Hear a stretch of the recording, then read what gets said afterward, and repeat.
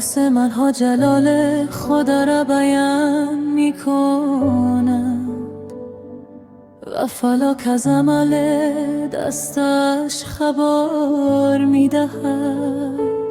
روز به روز سخن میگوید و شب به شب دانش را اعلام میکند.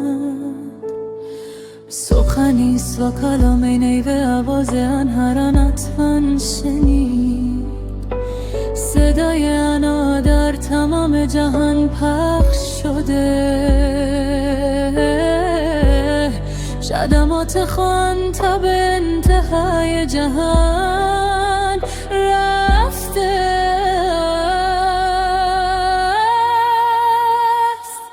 قانون خداوند کامل است، جنت تزه می کند. شهادت خداوند قابل اعتماد است، صد لوحن را دانا می کند. احکام خداوند درست است، دل را شاد می کند. فرمان خداوند حق است، چشم ها را روشن می کند.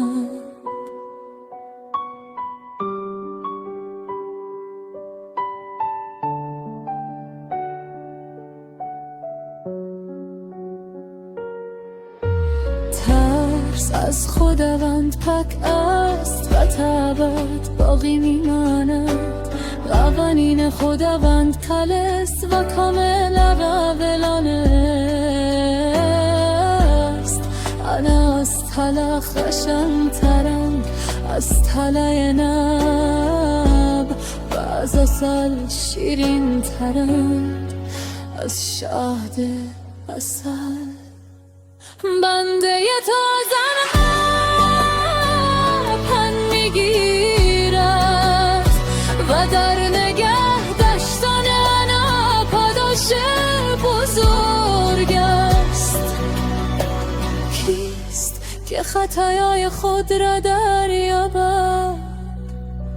مرا از خطاهای پنهانیم پاک سازه. مرا از خطاهای پنهانیم پاک سازه. کلامت هنر